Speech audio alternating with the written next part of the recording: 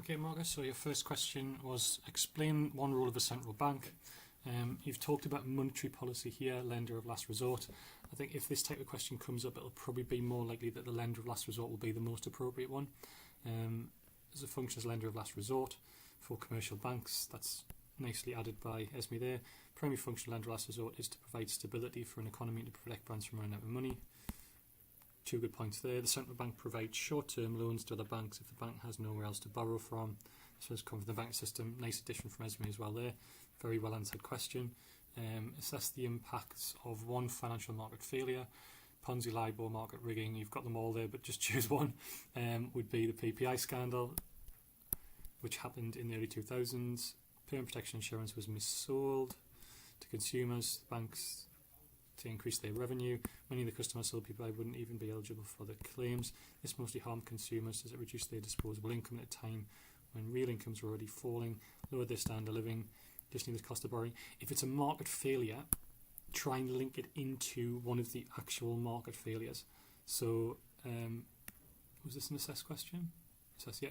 So what you need to think about is either that it's an information failure, because the first party, who is the consumer, is lacking the information that the second party, who is the business, has in terms of the relevance of this. And then that leads to the overconsumption,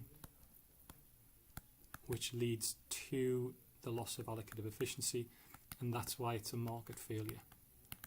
So it still needs that little bit of micro-analysis in terms of what type of market failure it is, linked into the rest of what you said there. Then you go on to assess it. So you say, however, it didn't negatively affect everyone, and some people didn't receive compensation for it when they couldn't make their repayment. It depends upon the cost in relation to income being missold, PPI and low income. That's a very good point in terms of equity. So that Esme's made a point there about the equity being impacted, lows on lower incomes. I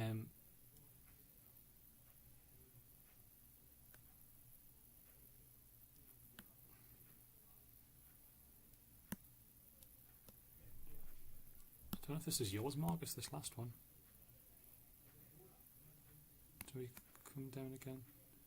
Yeah, I think I may have missed the last page of your work and scanned someone else's there. So that's the feedback on what I have scanned.